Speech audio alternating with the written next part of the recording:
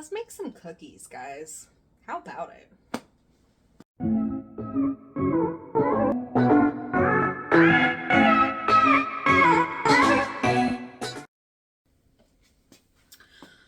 So it is currently 39 degrees. Feels like 33 degrees outside.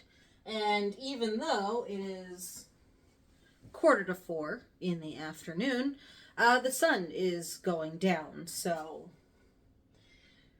yeah, great time to make cookies in the Seattle area. The Pacific Northwest is where we have moved our whole lives, moving from Texas to middle of nowhere, Michigan, now to big bustling metropolitan Pacific Northwest area. Yeah, I love it. It's a little cold, not as cold as Michigan, which is kind of nice, because yeah, the heater doesn't have to work as hard. If you do hear it though, it is a little bit loud, and I apologize for that. So today, everybody is usually pretty familiar with the packaged cookies that you get at grocery stores, specifically these. They are the iced oatmeal cookies, and that is what I want to try and make today, because those are like one of my absolute favorite cookies to buy at the grocery store. And I'm a baker. You'd think that I would just make my own cookies. Doesn't always happen. Don't like necessarily having them in my house, because then I have to eat them and then Eric has to eat them, and right now, not a great idea. So I've already kind of done the big work. I have already cracked the eggs. I have softened the butter, relatively speaking, room temperature, not like super soft butter. But I also have gotten the flour, the oats, everything all done. So let's get the butter done.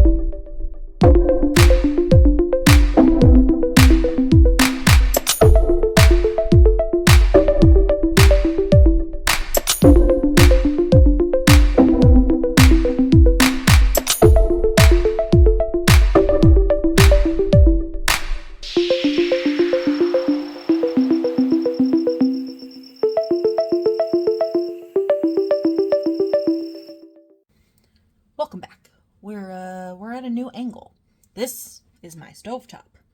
And these are what we're going to be baking our cookies on today. So these are 18 by 13 pans. They are pretty standard size for a half sheet pan. So if you put them together, they're probably one sheet pan, technically. Anyway, so the cookie dough has been chilling.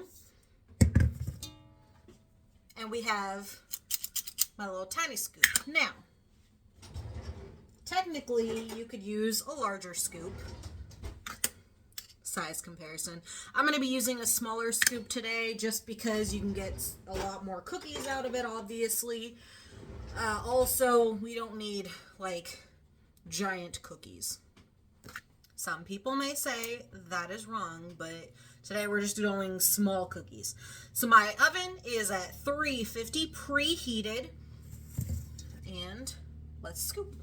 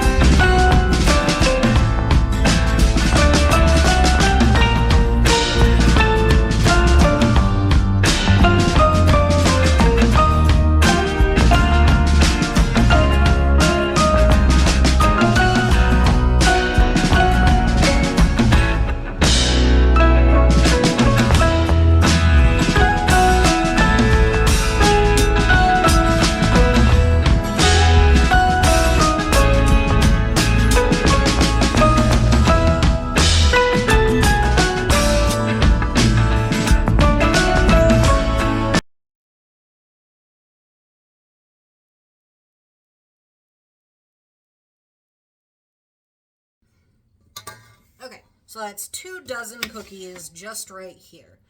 Now at this point you could, if you wanted, you could press these. You can use your fingers, you can use the back of a spoon, back of a fork. I'm not going to. These are fine the way they are. They will kind of level themselves out once they're in the oven. So like I said, 350 in the oven, 11 to 12 minutes. I usually keep about the lower side of the temp, so I'm going to put them in for 11 minutes.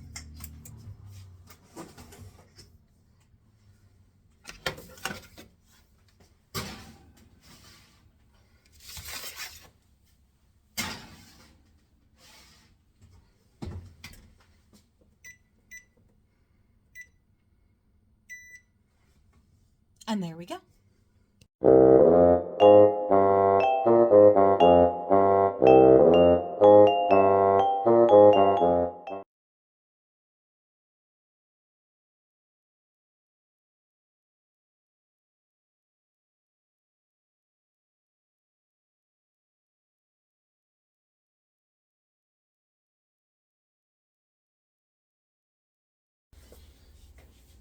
Okay, so I let the cookies cool completely for a little while.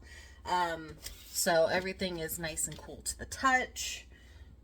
The cookies are all set. They are a little sticky on the bottom just because with the molasses and the sugar and everything else, it just kind of makes for a stickier underside of the cookie. So just be aware that unless you let them set up completely, you're gonna have a hard time taking them off of the actual sheet pan or whatever lining, or just make sure to prep them really well. So now that everything's cool, we have now is the time to do the icing for the iced oatmeal cookies. So I picked out the last dozen of the cookies. They turned out really well, really nice. So we'll go ahead and ice those. So in this bowl, I have about half a cup of powdered sugar. Because I'm only doing a few of the cookies, I'm not gonna do the whole cup and a half. I'm also not using any milk. One, because we really don't ever have regular milk in the house. We only have almond milk. And right now we are out of almond milk because cereal was a big thing to be eaten in the house the past week. So I went ahead and I grabbed 2 tablespoons of just regular tap water, no big deal. And we'll do just a little splash of vanilla as well. In fact, I'm going to do the vanilla first.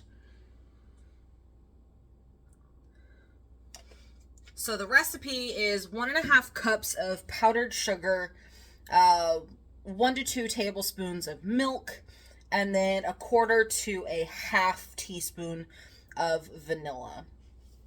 So what you really just want to do is be aware of how much liquid is actually going to be in the mixture, because you don't want it too thick to where you're not going to get a good drizzle, or it's just not going to like set right. You really just have to be careful with that. So I think we're pretty good.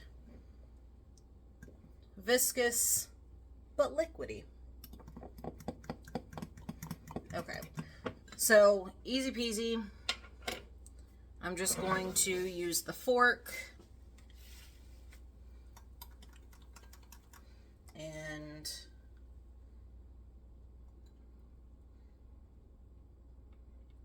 do the drizzles. It doesn't have to be pretty. It's just going to be really tasty. And I like to do a kind of back and forth and then up and down. That's what I like doing. Just so that you get more of the icing per square millimeter. I don't know. I like the icing, but I also don't want to overwhelm the cookie. So leave blank spaces. But also, don't forget, these are the iced oatmeal cookies. So they gotta be iced. I've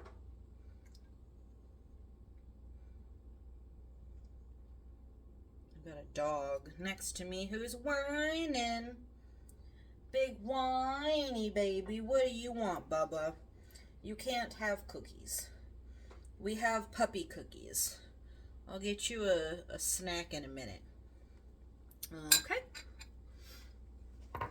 So we're all done. And this is what they look like.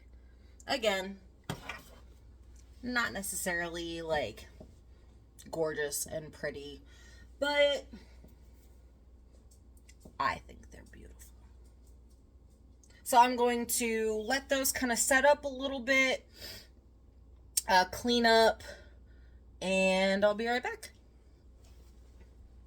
And these, ladies and gentlemen, are the final result of our endeavors today. Delicious, still a little gooey.